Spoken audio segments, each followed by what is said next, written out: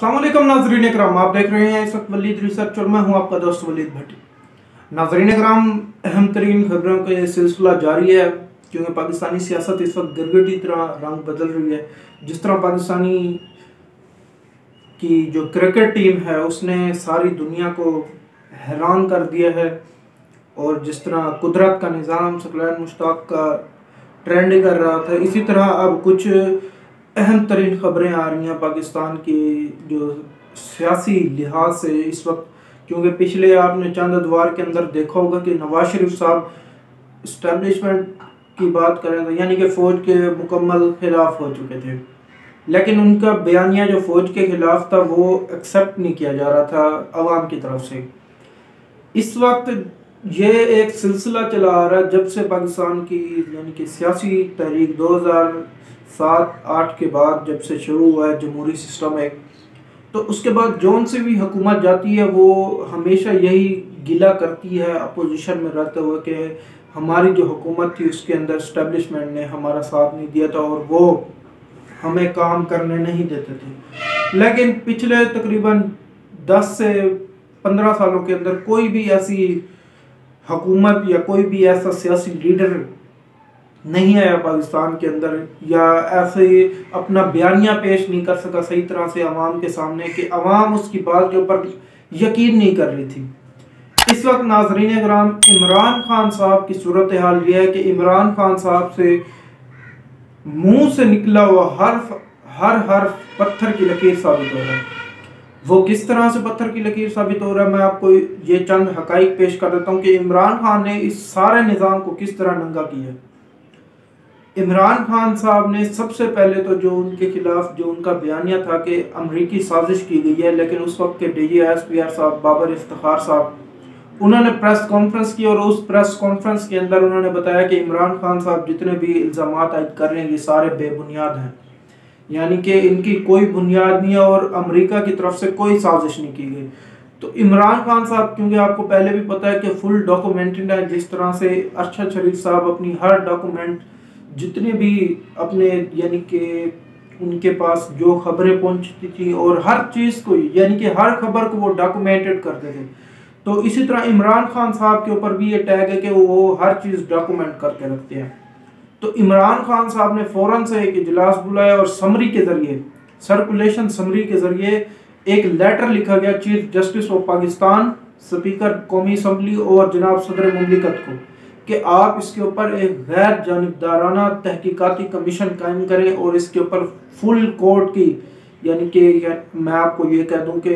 पूरी जुडिशरी जितनी भी है उसके अंदर से जौन सा भी जज आप मुंतखब करके इसके ऊपर तहकीकात करके दे दें।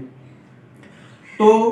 DGSPR साहब ने जो बयानिया बनाया था वो थोड़ा यहाँ पर साइड लाइन पे होता हुआ नज़र आ रहा था कि जैसे ही वो तहकीकात करेंगे तो सामने आ जाएगी सारी हकीकत, लेकिन तहकीकात नहीं की गई। इमरान खान का ये बयानिया भी सच्चा साबित हुआ कि उनके खिलाफ अमरीकी साजिश की गई थी।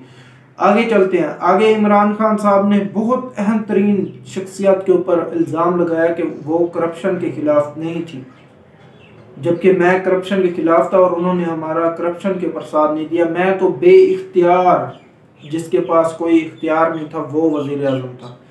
अब बेइख्तियार से मुराद के इमरान खान साहब की हुकूमत के अंदर जितने अच्छे काम हुए हैं और जितने बुरे काम हुए हैं वो सारे इस्टेब्लिशमेंट पर डाल दिए जाए? नहीं, कुछ ऐसे अच्छे काम हैं जिनकी ज़रूरत इमरान खान साहब को थी कि वो कुछ अपना नाम पैदा कर सके अपने 4 साल अदवार के अंदर, जिसके अंदर मैं आपको बता दूं कि फैटफ का मामला था,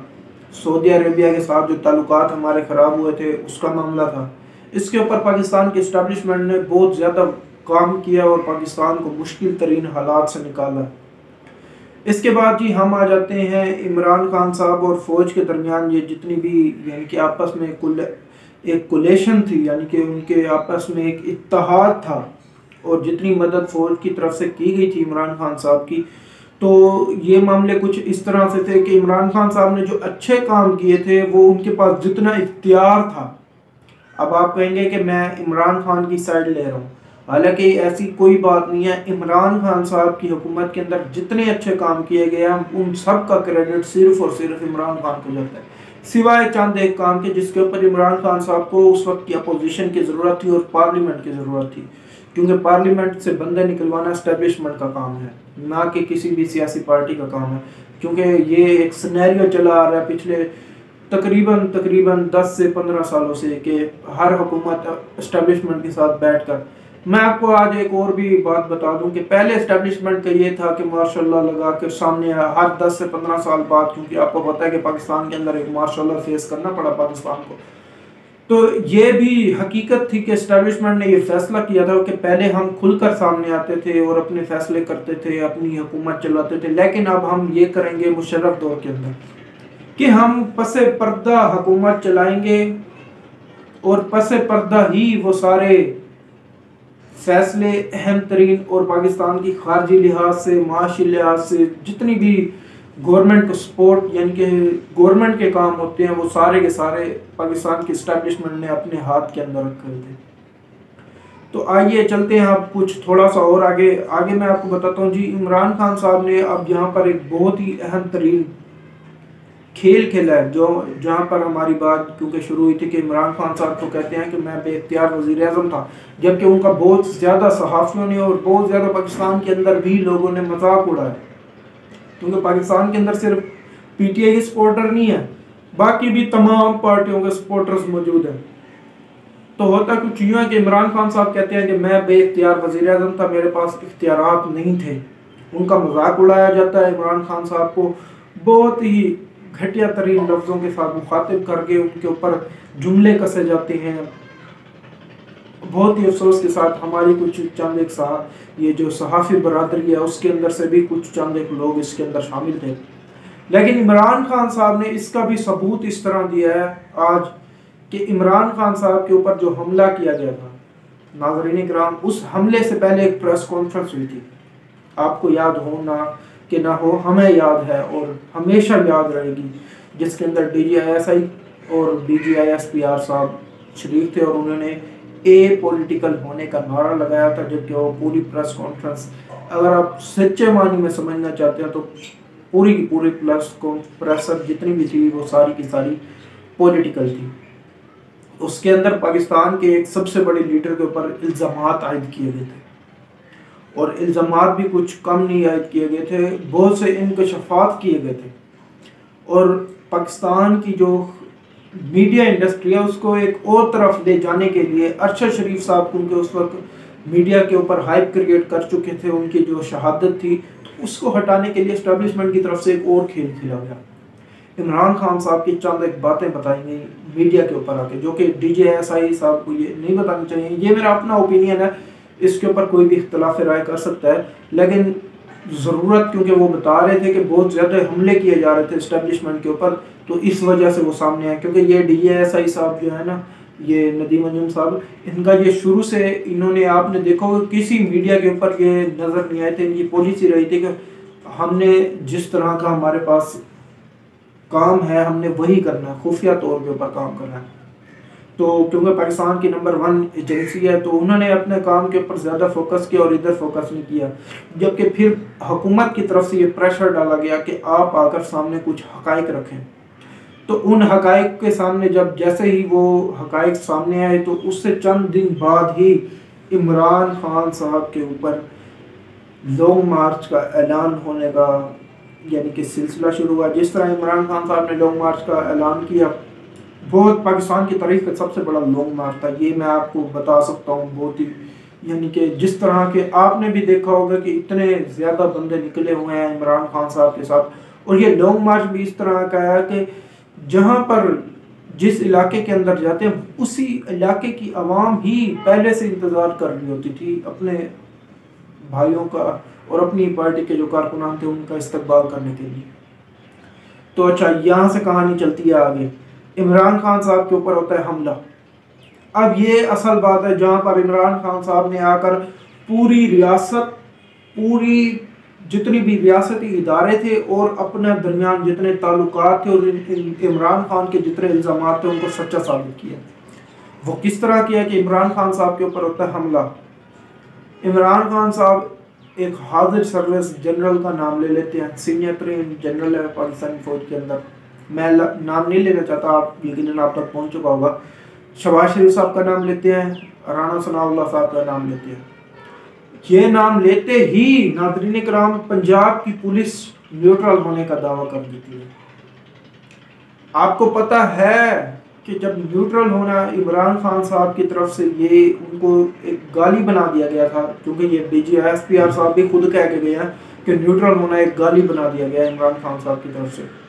पाकिस्तान की बहादुर तरीन अफवाज की तरह पंजाब पुलिस भी न्यूट्रल होना चाह रही थी।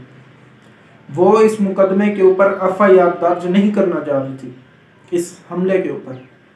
और मुख्तलिफ किस्म के मुल्जिम के बयानात। अब यहाँ पर आप ये देखें कि एक तो जब ये हमला किया गया, FIR दर्ज नहीं हुई, लेकिन गिरफ्तारियां अब तक जारी हैं, तहकीकात की जा रही हैं। FIR दर्ज नहीं हुई इस मौके तक, जब तक मैं ये कह रहा हूँ। और सबसे बड़ी गेम आज खेली गई है कि सुप्रीम कोर्ट ऑफ पाकिस्तान से जिस तरह शहबाज शरीफ, और मैं आपको, अगर आप मुझे बाकायदगी से देखते आ रहे हैं तो मैं आपको पहले भी बता चुका था कि इस वक्त जितनी भी सियासी पार्टियां ये इस्टेब्लिशमेंट को साइड लाइन पर करने के ऊपर एक साथ एक पेज के ऊपर काम कर रही हैं। तो शहबाज शरीफ साहब ने जिस तरह परसों की प्रेस कॉन्फ्रेंस के अंदर ये ऐलान किया था कि जुडिशल फुल कोर्ट का कमीशन बनाया जाए,